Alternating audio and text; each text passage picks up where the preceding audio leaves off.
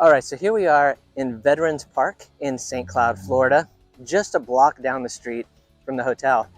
And you may recognize this building behind me as well as the field and some trees. This is where an iconic torture scene took place. Now, over here, there's some helicopters and things like that sitting in the field, which were not in the movie, probably weren't here 60 years ago.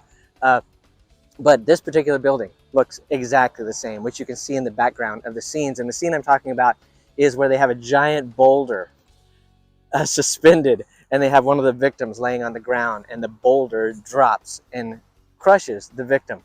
That was right here in this field. So we're going to take a little closer look at the grounds here where that scene was shot. All right, looking a little bit closer, this is about all you see of the building in the movie. You see about one door and the wall. You don't see a whole lot more than that, and a lot of times it's cropped in very close, focusing on the action that's taking place in the field. Now, right here in between these trees is where that scene with the boulder was set up. And, I'm assuming the tower was somewhere right around here, according to the tree placement and the building. So this is what it looks like in the movie. You'll notice there are pathways that are no longer there. Now it's just all grass in the field. But there's the giant boulder that sits up there, and they had the little platform that they lay the victim on underneath the rock. And then people get to throw things at a target, like a dunking booth, to try and drop that boulder on top of her. And there's that building you can see right back there behind them that is very recognizable in this park.